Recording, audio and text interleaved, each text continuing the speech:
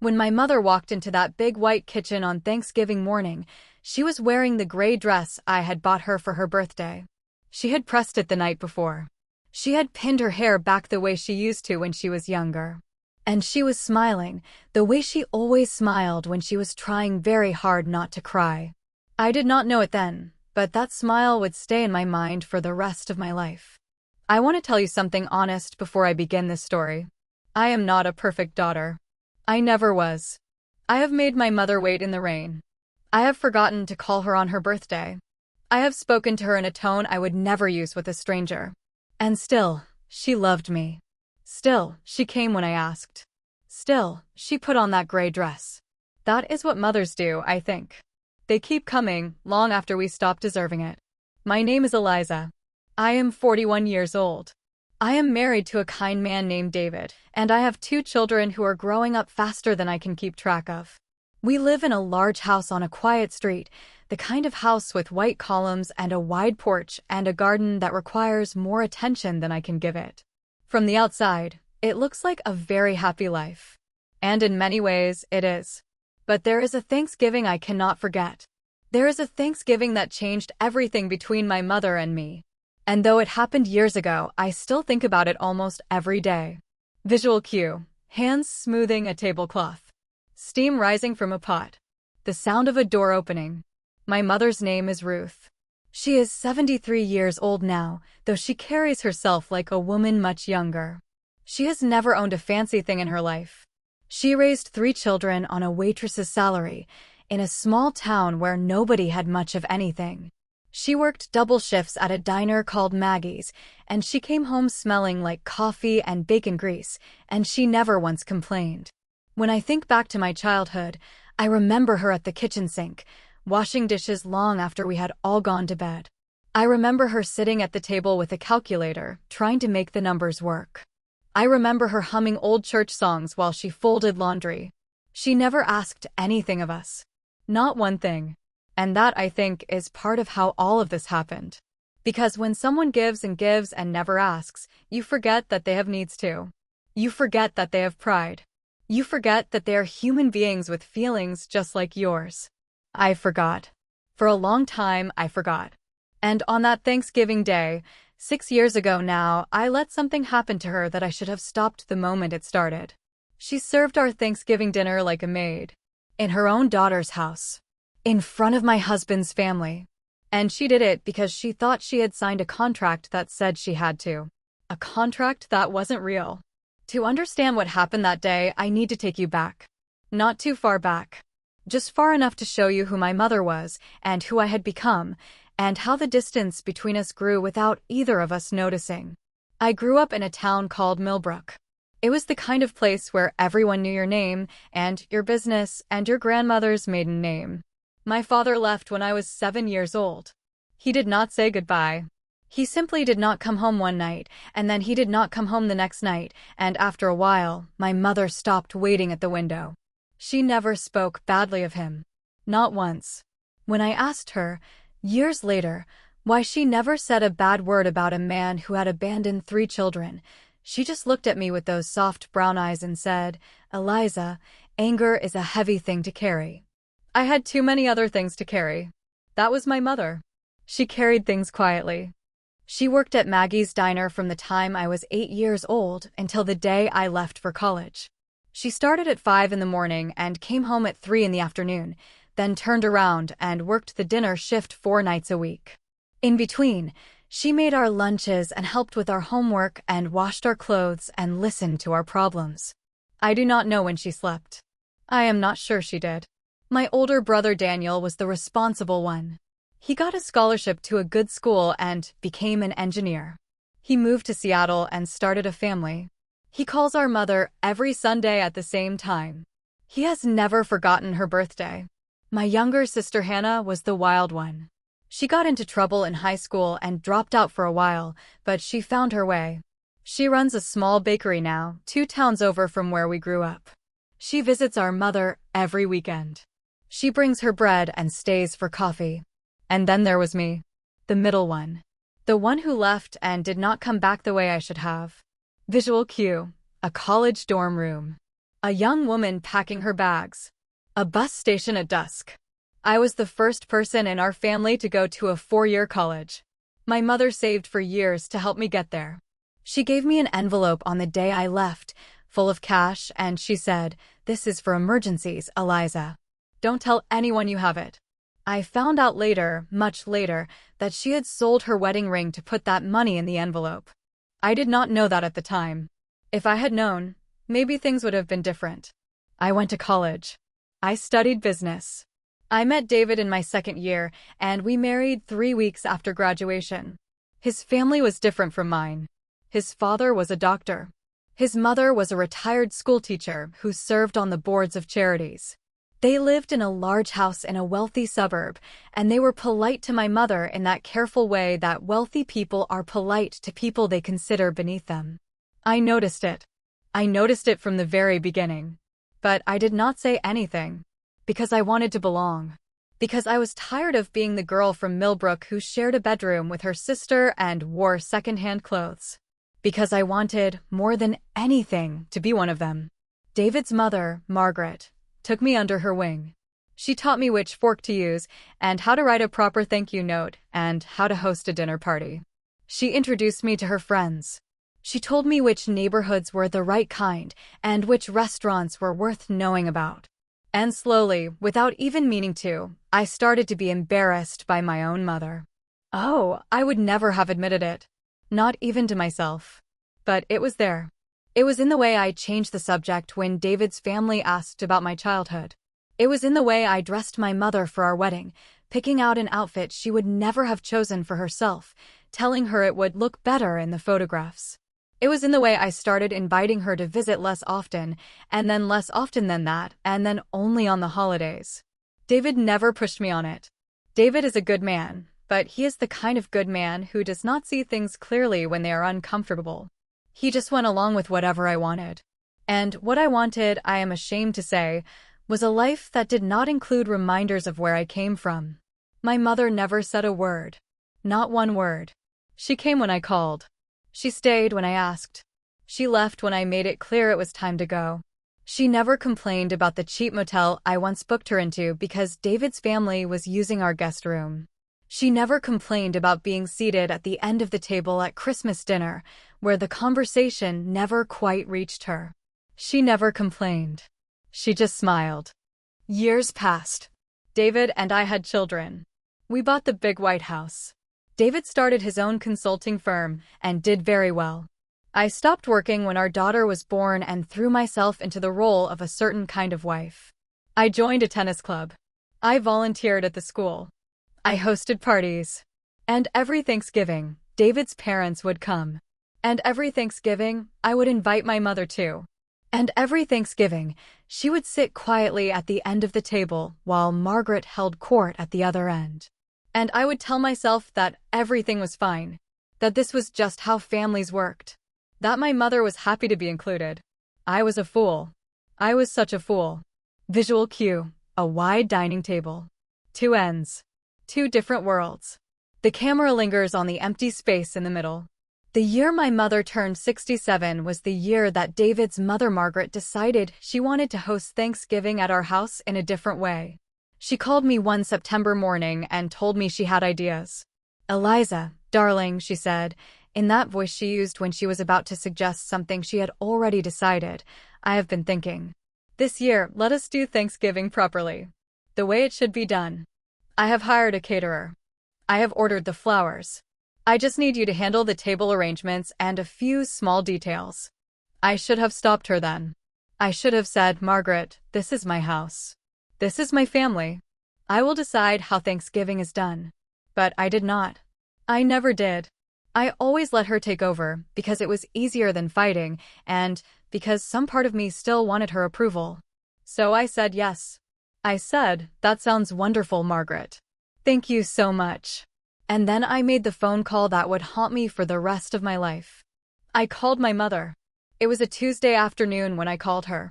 I remember because I had just come back from the tennis club, and I was still wearing my white skirt and my pearl earrings, and the rain had just started outside. My mother answered on the 3rd ring, the way she always did. She never picked up too quickly. She did not want anyone to think she was waiting by the phone. Eliza? Is everything all right? That was always her first question. Not, hello, not how are you, but is everything all right? Because in her world, a phone call from her daughter usually meant something was wrong. Everything is fine, Mom, I said. I was looking out the window at the rain. I was not really paying attention. I wanted to talk to you about Thanksgiving. Oh yes. I have been thinking about it. I bought a new tablecloth for the centerpiece. Hannah said she would drive me up. Mom, I said, and my voice was already getting that tone, the tone I am ashamed of now, the tone that said I knew better than her. About that. Margaret is hosting this year. Well, she is helping me host. She has hired a caterer. It is going to be very formal. There was a small silence on the other end of the line. My mother was thinking. I could hear her thinking. That sounds lovely, dear, she said finally. The thing is, I went on, and even now, telling you this, my throat tightens. The thing is, Margaret has very specific ideas about how the meal should be served. She wants it to be like a real Thanksgiving dinner, the way they do it in the old houses. With courses. With proper service. I see, my mother said. But I do not think she did. Not yet. And the caterer is bringing servers, I said. But one of them dropped out last week. And Margaret asked me if I knew anyone who could help. Just to serve. Just to bring the plates out and clear them. She is paying, of course. A very fair rate. Visual cue. A close-up of the phone, the woman's hand gripping it too tightly. Outside, the rain falls harder. I want you to understand something.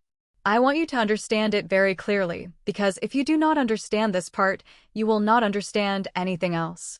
I was not asking my mother to serve us. Not really. Not in my mind. In my mind, I was offering her something. A way to be useful. A way to feel included.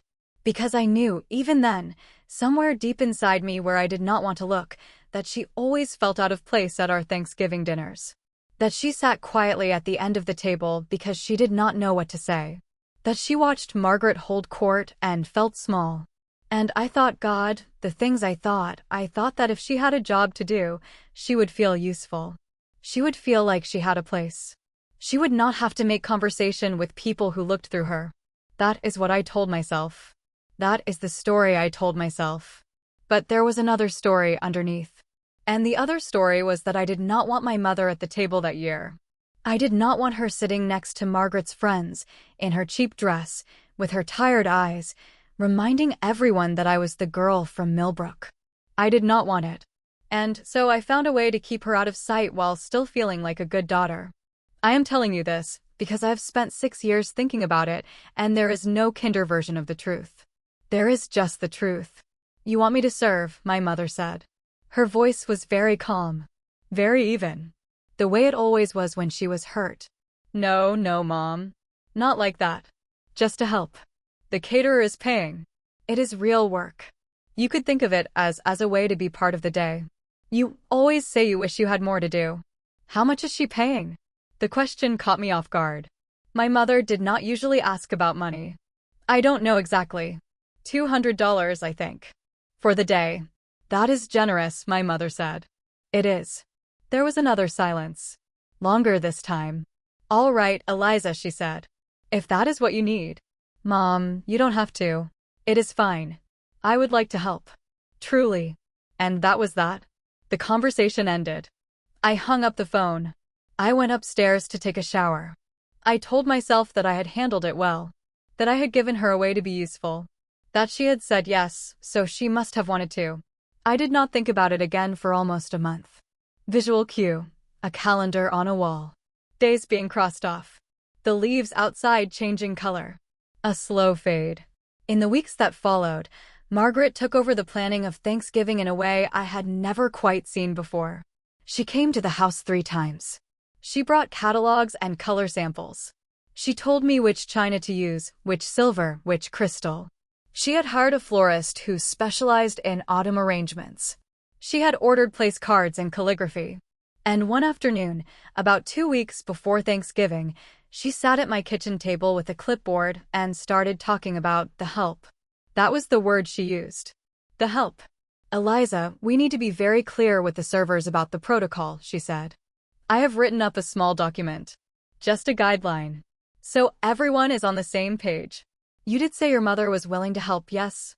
She said she would. Wonderful. Then I will include her in the document. It is just to make sure the day runs smoothly. I have done this many times, dear. Trust me. She pulled out a piece of paper from her folder. It looked very official. It had a heading at the top, Thanksgiving Day Service Agreement. It listed times, duties, and a payment schedule.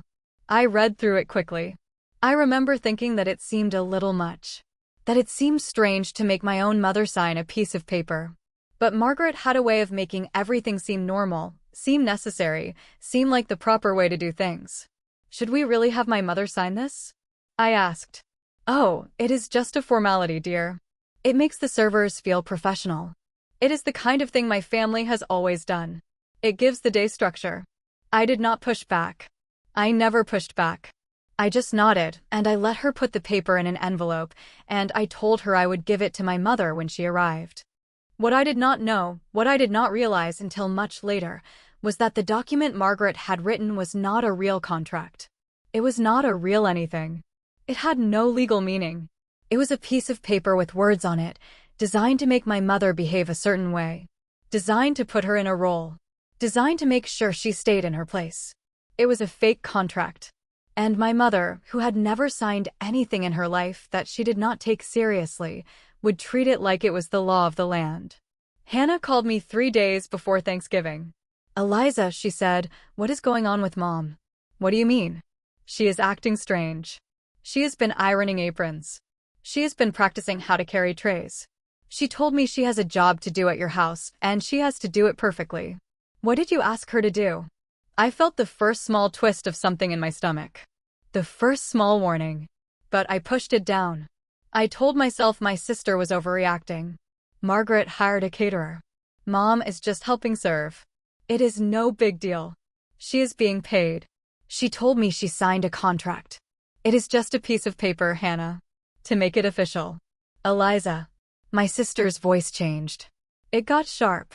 It got the way it gets when she is about to say something I do not want to hear. Mom is 67 years old. She has worked her whole life. And you are asking her to wait on your husband's family on Thanksgiving Day, like she is a servant in your house? It is not like that. What is it like then? Tell me. Tell me what it is like.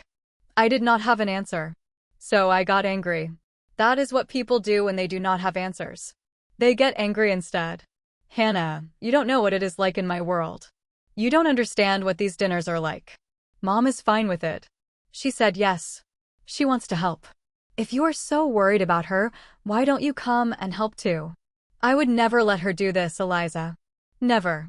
If Mom wants to help at my bakery, I tell her to sit down and have coffee. I would never put her in an apron to serve people who look down on her. Never. I hung up on her. I am ashamed to say it, but I hung up on my own sister. And then I sat at my kitchen table for a long time, looking at my reflection in the window, and I tried very hard not to think about what she had said. Visual cue, a woman at a kitchen table. Her reflection in the dark window. A cup of coffee untouched. The day before Thanksgiving, my mother arrived. Hannah dropped her off in her old blue pickup truck, kissed her on the cheek, and drove away without coming inside. That was not like Hannah. Hannah always came inside. Hannah always hugged me and complained about the traffic and asked for a glass of water. That day, she just drove away. My mother came up the steps with her small suitcase. She was wearing her good coat. She had her hair pinned back. She smiled at me, and I hugged her, and I told her I was glad she was here. I brought the apron you sent, she said. And the black shoes. Margaret said black shoes. Mom, you don't have to. I want to do this right, Eliza. I want to make you proud. I have never been able to forget those words. I want to make you proud. As if she had something to prove. As if she had not already, 1,000 times over, given me every reason to be proud of her. We had dinner that night, just the two of us, because David was working late and the children were at a friend's house. I made spaghetti. My mother helped, even though I told her to sit. She always helped. She did not know how to sit. After dinner, she pulled the envelope out of her purse. The envelope Margaret had given me. The envelope I had given her. I read this very carefully, she said. I wanted to make sure I understood everything. I signed it on the back. Mom, you didn't have to sign anything. Of course I did. It says here I am to arrive at 6 in the morning. To wear black trousers and a white shirt and the apron. To serve from the left, clear from the right. To not engage in conversation with the guests unless directly addressed. To remain in the kitchen between courses. It is very clear. I felt sick. I felt physically sick. I took the paper from her and read it. And there it was, in Margaret's careful handwriting. Every detail. Every restriction. And at the bottom, in my mother's small careful signature, the words, Ruth A. Carlson, employee. Employee. She had signed her name as employee. In her own daughter's house. Mom, I said, and my voice came out thin and strange. This is not really. It is fine, Eliza. It is a job. I have done many jobs. I will do this one well. Now, where would you like me to sleep? The contract says I should arrive at 6 tomorrow, so I should not stay up too late. She kissed my cheek. She took her small suitcase. She went up to the guest room. She closed the door. I sat in the kitchen and looked at that piece of paper, and somewhere in the back of my mind, a voice was screaming at me to do something, to fix this, to tear it up, to tell her to forget the whole thing. To tell her she was my mother, not my employee. To tell her she would sit at the table with us. But I did not. I folded the paper. I put it back in the envelope. I went to bed. And that is the part of the story I cannot forgive myself for. Not even now. Not even after all these years. Thanksgiving morning came gray and cold. I woke up at 5:30, before the alarm, because I had not really slept. I lay in bed and listened to the house, and I knew, somehow, that my mother was already awake. I went downstairs in my robe. The kitchen light was on. My mother was standing at the counter, in her black trousers and her crisp white shirt, tying the apron around her waist. Her hair was pinned back. Her black shoes were polished. She looked like a stranger. No, she looked like a woman I had seen 1,000 times before, in the diner where I grew up. She looked like a waitress. She looked like the woman I had spent 20 years trying not to be. "Good morning, Eliza," she said. Her voice was bright, cheerful, professional. "I made coffee. The caterer will be here at 7. I have already wiped down the counters." Mom, please. Sit down. Have some coffee with me." "Oh no, dear.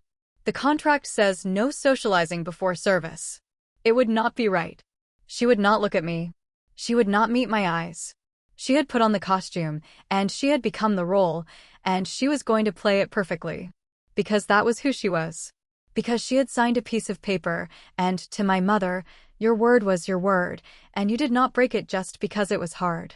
I tried again. I tried 3 more times that morning. Each time, she smiled and shook her head. Each time, she said, "After service, Eliza. We can talk after service." The caterer arrived at 7. A young woman with a clipboard, 2 assistants, and 3 large warming trays. Margaret arrived at 9, dressed in a deep red dress, with pearls and a diamond brooch. She inspected the kitchen. She inspected my mother. She nodded, once, in approval, the way one might nod at a piece of furniture that had been placed correctly. "Ruth, you look very professional." "I am pleased." "Thank you, ma'am," my mother said. "Ma'am." My mother called my mother-in-law ma'am. I had to leave the kitchen. I had to walk out into the cold garden and stand by the bare apple tree and try to breathe. The air burned my throat. My hands were shaking. I told myself it was going to be fine. I told myself my mother would forgive me. I told myself that I would talk to her after, that I would explain, that I would make it right. I went back inside. I put on my dress. I did my makeup. I smiled at the guests as they arrived. Visual cue, a door opening. Coats being taken. Polite laughter. A woman in a gray dress moving silently in the background. By 2 o'clock, the house was full. Margaret's friends. David's brother and his wife. David's father, the doctor, in his good suit. The Anderson family from across town. The Whitfields from the country club. A judge and his wife. 14 people in total, all of them important in some way that mattered to Margaret.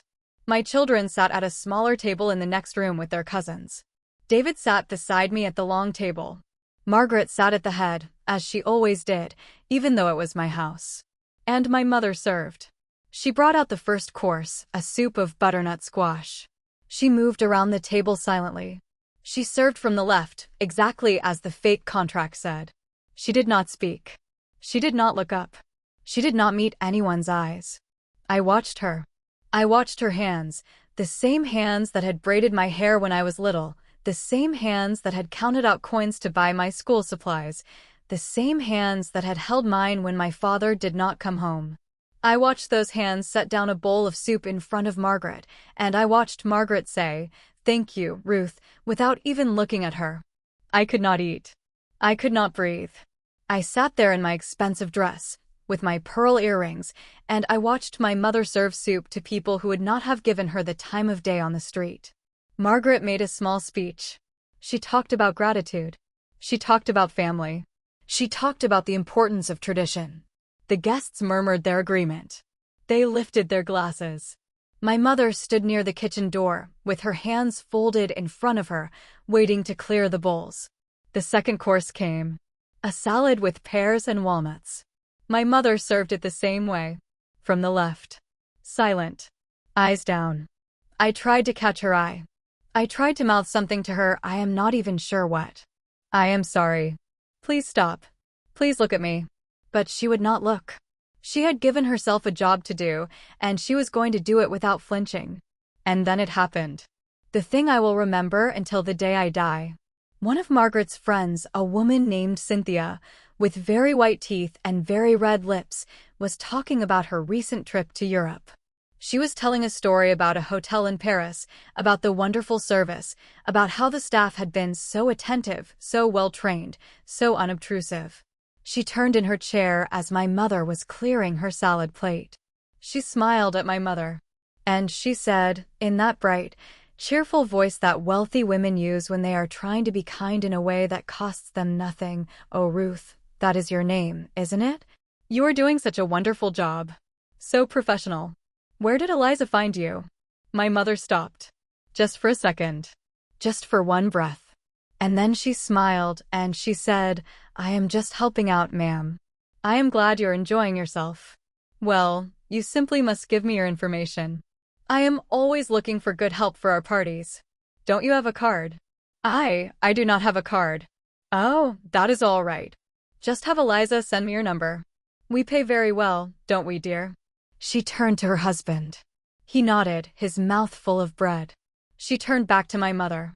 "Such a treasure. Eliza, where did you find her?" The whole table was looking at me, smiling, waiting for me to say something charming. And God forgive me, I said, "she came highly recommended." "I am very lucky." That is what I said. She came highly recommended. About my own mother. About the woman who had given me life. About the woman who had sold her wedding ring so I could go to college. My mother turned and walked into the kitchen with the empty plates. She did not look at me. She did not say a word. David glanced at me. Just a glance. A puzzled glance. But he did not say anything. He never said anything. I sat there at that long table, in my big white house, with my husband and my mother-in-law and a judge and his wife, and I felt the most terrible silence open up inside me. A silence that has never quite gone away. The dinner went on. The turkey came out. The stuffing, the cranberries, the potatoes. My mother served everything. She poured wine. She refilled water glasses. She did not eat a single bite. I should have stood up.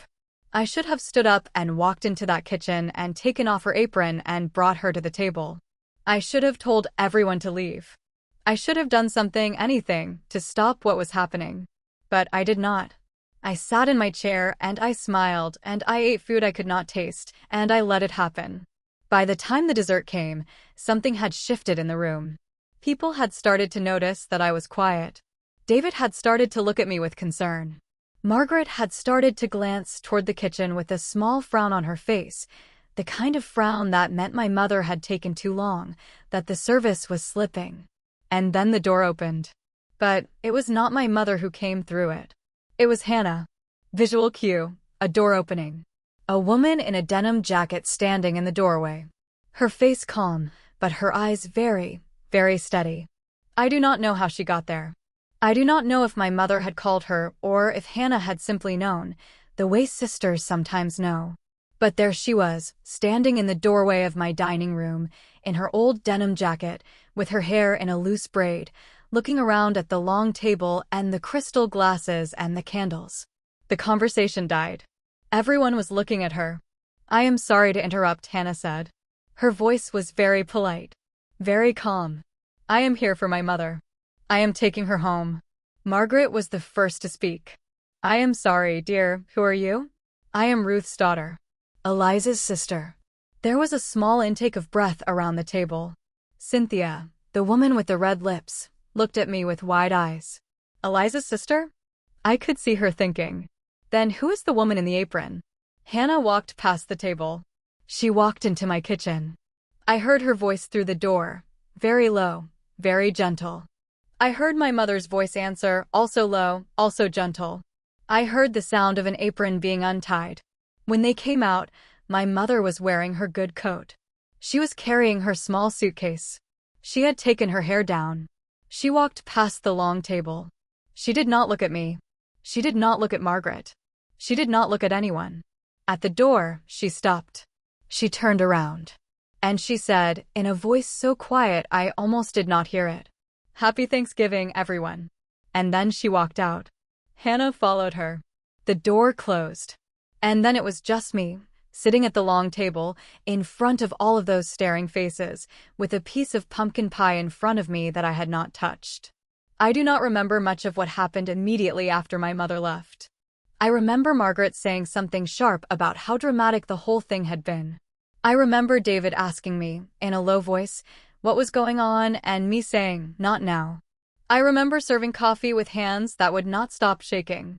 I remember everyone leaving one by one with looks on their faces that I could not read. I remember David, after the last guest was gone, sitting down across from me at the empty table and saying, "Eliza, talk to me." I told him everything. I told him about the contract.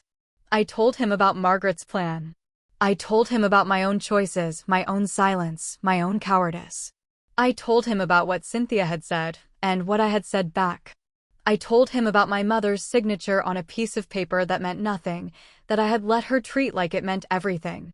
David listened. He listened the way he always did, quietly, without interrupting. And when I was done, he said something I will never forget. He said, "Eliza, that was not Margaret's fault. That was ours. That was ours." He said ours. He took half the weight. Even though it was my mother. Even though it was my doing. He stood with me. He said, "We have to fix this." And he was right. But I did not know how. I did not know if it could be fixed. Visual cue. A phone in a woman's hand. Dialing. Hanging up. Dialing again. The screen lights up the dark room. I called my mother that night. She did not answer. I called her the next morning. She did not answer. I called Hannah. Hannah did not answer either. For 3 days, no one in my family would speak to me. I sent text messages. I left voicemails. I sat at the kitchen counter and stared at my phone like it was going to grow a voice and tell me what to do. On the 4th day, I got into my car and I drove to Millbrook. I had not been there in almost 2 years. The drive was 4 hours long. I cried for most of it. I cried in a way I had not cried since I was a child, in great heaving sobs that I could not stop. I pulled into my mother's driveway just as the sun was going down. Her little white house with the blue shutters. The garden she still kept, even though her back hurt now. The wind chimes on the porch that my father had hung up before he left and that she had never taken down. Hannah's blue truck was in the driveway. I knew she was there. I sat in my car for a long time. I tried to think of what to say. I tried to find the right words. And then I realized there were no right words. There were only the words I had. And the words I had were, "I am sorry, Mom. I am so sorry." I walked up to the door. I knocked. Hannah opened it. She did not smile. "You came," she said. "Is she here?" "She is in the kitchen." I walked in. I had not been in that house in a long time. It was smaller than I remembered. The wallpaper was the same wallpaper from my childhood. The photographs on the wall were the same photographs. Me as a little girl, in a red dress, holding a kitten. Daniel on his graduation day. Hannah at her first communion. And my mother, in the middle of all of them, in a photograph from her wedding, before everything. My mother was sitting at the kitchen table. She had a cup of tea in front of her. She was wearing an old cardigan. Her hair was loose. She looked tired. So tired. "Mom," I said. She looked up. She did not stand. She just looked at me, with those soft brown eyes, and she waited. I sat down across from her. I did not know where to start. So I started with the only thing I could. "Mom, I am so sorry. I am so sorry. I am so sorry." I said it over and over. I do not know how many times I said it. I cried, and I said it, and I cried more, and I said it again. My mother did not say anything for a long time. She just watched me. And finally, she reached across the table. She put her hand on top of mine. Her hand was warm. Her hand was so warm. "Eliza," she said. "Stop crying. Drink some tea." That was all. Drink some tea. As if I were 8 years old and had skinned my knee. As if she had forgiven me before I even arrived. As if she had been waiting for me to come and find her so she could pour me a cup of tea and tell me it was going to be all right. I do not deserve my mother. I have never deserved her. But she is mine anyway. And I am hers. And somehow, that is the miracle of mothers. They keep being yours, even when you have done nothing to earn it. We talked for a long time that night. We talked the way we had not talked in years. I told her things I had never told her. About being ashamed of where I came from. About wanting to belong with David's family.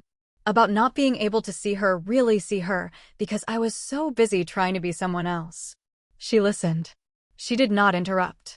She did not judge me. She just listened. And when I was finally done, she said something that broke me open. She said, "Eliza, I knew." "You knew what?" "I knew it was not a real contract. I knew Margaret had made it up. I have worked in service my whole life. I know the difference between a real document and a piece of paper somebody wrote up to make a point." I stared at her. I could not speak. "You knew?" "Mom, you knew, and you still. I still did it." "Yes. But why? Why would you do that?" She was quiet for a moment. She took a slow sip of her tea. She looked at me, and there was no anger in her eyes. There was no bitterness. There was just love. And a kind of patient sadness that I have never been able to forget. "Because you needed me to, Eliza," she said. "Because that is what mothers do. We give our children what they ask for, even when it is the wrong thing. Even when it hurts us. We give it to them, and we hope that someday they will understand what they asked for, and they will not ask for it again." I started crying again. I could not stop.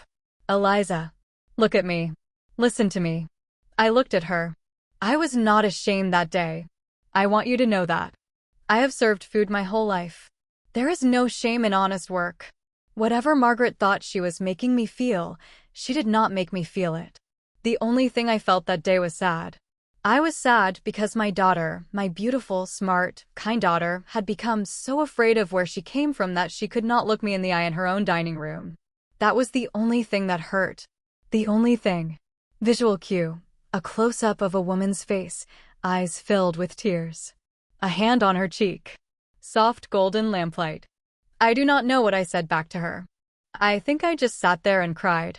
I think I just held her hand and cried, and I think she let me, the way mothers always let their daughters cry, even when their daughters do not deserve it. Hannah came in at some point. She sat down beside us. She did not say anything. She just sat with us. And after a while, my mother got up and put on more water for tea, and Hannah pulled out some bread she had brought from her bakery, and the 3 of us sat at that small kitchen table, and we ate bread and drank tea, and nobody said anything important, and everything important was being said. I slept in my old bedroom that night, the room I had shared with Hannah when we were children. The wallpaper was the same. The quilt on the bed was the same. I lay there in the dark and I listened to the sound of my mother moving around the kitchen downstairs, the way I had listened to her every night when I was a little girl, and I felt something I had not felt in 20 years. I felt like a daughter. In the morning, I drove home. My mother walked me to the car.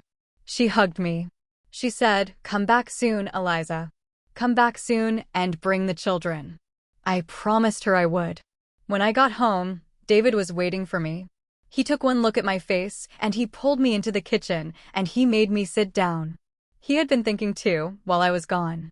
He had been making decisions. "Eliza," he said, "I love my mother.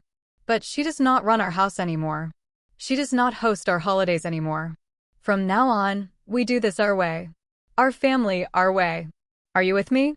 I was. I was so with him. I called Margaret that afternoon. It was the hardest phone call I have ever made. I told her, very calmly, that what had happened on Thanksgiving was wrong. That my mother was my mother, not a servant. That I was sorry for letting it happen, and that it would never happen again. That I loved her, but that things were going to change. Margaret was not used to being spoken to that way. She got angry. She got cold. She told me I was being dramatic. She told me I was overreacting. I let her say what she needed to say. And then I said, very quietly, "Margaret, I love you, but this is how it is going to be." And then I hung up. It took her almost a year to speak to me again. When she finally did, it was different between us. It would never quite be the same. And I have made my peace with that. Visual cue: a quiet living room. A telephone being set down gently. A woman taking a long, slow breath. Outside, the first snow of the year begins to fall. In the weeks after that Thanksgiving, I did a lot of thinking. I thought about all the small ways I had pushed my mother to the edge of my life. The Christmases I had hosted without inviting her until the last minute. The birthdays I had marked with a card instead of a visit. The phone calls I had cut short because I was busy or tired, or just because I did not feel like talking. I thought about each one. And I made a list. I made a list of every wrong I could remember. Not to torture myself. I had done enough of that. I made the list because I wanted to do better. Because the only way I knew how to begin to repair what I had done was to look at it honestly. To name it. To say, yes, this happened. Yes, I did this. Yes, I am the kind of person who can do something like this. And then to decide, every day, to be a different kind of person. It is not a thing you fix in one phone call. It is not a thing you fix in one apology. It is a thing you fix slowly over years with small choices. By being where you say you will be. By calling when you say you will call. By listening, even when the conversation is dull. By visiting, even when you are tired. By making the long drive home, even when it is raining. I started doing those things. One at a time. Not always perfectly. But I started. David started too. He started calling my mother every Sunday, just to say hello. Just to ask her how her week was. At first, she did not know what to do with the calls. She thought something must be wrong. She thought he must want something. But after a few months, she started to look forward to them. She started to tell me on our visits about something David had said. About a joke he had told. About how he had asked her opinion on something at work. He was learning too. He was learning to see her. And in seeing her, he was teaching me how to see her better. Sometimes the people who love us best teach us how to love the people who came before them. That is a quiet kind of grace, I think. The kind nobody talks about. But it is real. The next Thanksgiving was different. We had it at my mother's house. The little white house with the blue shutters. There was no caterer. There were no place cards. There were no 14 guests. There was my mother and Hannah and Daniel and his family who flew in from Seattle, and David and me and our children. There was a turkey that my mother had been brining for 2 days. There was Hannah's bread on the table, fresh from her bakery. There was a cranberry sauce that my mother had made from her own grandmother's recipe. My mother sat at the head of the table. She sat at the head, and she said grace, and she carved the turkey, and she laughed with her grandchildren, and she let me serve her, for once. She let me serve her. She let me bring her plate. She let me pour her wine. It was the best Thanksgiving of my life. It was the best Thanksgiving of all our lives. And every Thanksgiving since then, we have done it the same way. At her house. With her at the head of the table. With me serving her. That is how it should always have been. Visual cue: a woman's hand placing a plate gently in front of an older woman. their eyes meeting. A small, real smile between them. My mother is 73 now. She is slower than she used to be. She gets tired more easily. She still keeps her garden, but the rows are not as straight as they once were. She still hums while she folds laundry. She still wears the gray dress I bought her for her birthday all those years ago. She has not thrown it out, even though I once asked her to. She told me she likes it. She told me it reminds her of me. I visit her every other weekend now. I bring the children. We cook together. We sit at her small kitchen table and we drink tea and we talk about nothing, the way mothers and daughters are supposed to talk. I am learning, slowly, how to be the kind of daughter she always deserved. I do not think I will ever fully be that daughter. But I am trying. And she sees me trying. And that somehow is enough for her. I still think about that Thanksgiving. I still think about it almost every day. I do not think about it to punish myself anymore. I think about it because I do not want to forget. I think about it because forgetting is how these things happen again. I tell this story now to whoever will listen because I know I am not the only one. I know there are other daughters out there who are quietly ashamed of where they came from. I know there are other mothers out there putting on aprons and serving the children they raised because that is what their children have asked them to do in one way or another. I know there are other Margarets in the world. And there are other Hannahs, too, brave enough to walk through the door and take their mothers home. If you are listening to this and you have a mother who is still alive, I want to tell you something. I want you to call her. Tonight. Not tomorrow. Not next week. Tonight. Tell her you love her. Tell her you see her. Tell her you are sorry for the things you should have done, and the things you should not have done, and the things you let happen when you should have stood up. She will forgive you. That is what mothers do. But more than that, she will be glad. She will be so glad. Because all she has ever wanted, all your mother has ever wanted, is to know that her child sees her. Really sees her. Not as a piece of furniture in your life. Not as someone to be tolerated. Not as a reminder of a past you are trying to outrun. But as the woman who made you. As the woman who carried you. As the woman who loved you first. Visual cue, an old photograph in a frame. A young mother holding a baby. The image fades into a present-day photograph. The same two faces, older now, smiling together. I learned something on that Thanksgiving day. I learned it slowly over many years, and I am still learning it now. I learned that the people who love us the most are the people we most often forget to see. Not because we mean to. Not because we are cruel. But because love, when it is given freely and quietly, has a way of becoming invisible. We grow used to it. We grow careless with it. We start to believe it will always be there, no matter what we do. And it will be there. Mothers are like that. They keep coming back. They keep putting on the gray dress. They keep showing up. But that is not a license to be careless. That is a gift. That is a great, undeserved gift. And the only way to honor a gift like that is to notice it. To say thank you. To pour the tea, instead of letting it be poured for us.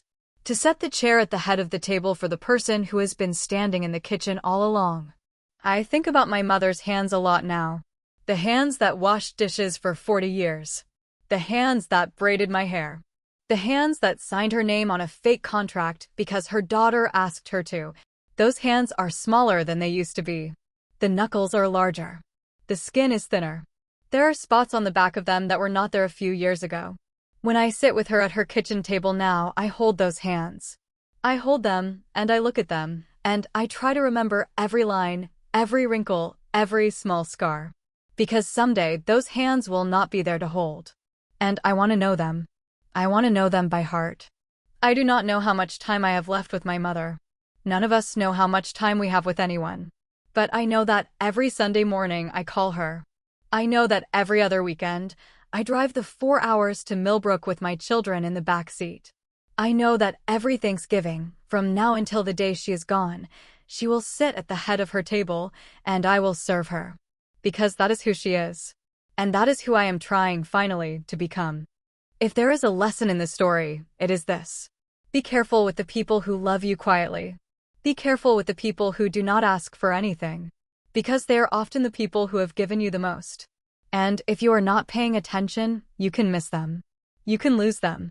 You can let the world treat them as small, when they are, in fact, the largest, kindest, bravest souls in your life. My mother served Thanksgiving dinner in my house like a maid, under a contract she knew was fake. She did it because I asked her to. She did it because she loved me. And it took me losing her for 3 long days to finally understand what I had. I will not forget again. Thank you for listening to my story. If it touched your heart, take it with you. Take it home. Take it to your own kitchen, your own table, your own mother, if you are lucky enough to still have her. Take it and let it remind you of something true. The people who love us most do not need our perfection. They only need our presence. They only need our eyes. They only need us to see them, the way they have always seen us. Good night, friends. And may your tables always be full, and your hearts always be open, and your mothers always be welcome at the head of the chair.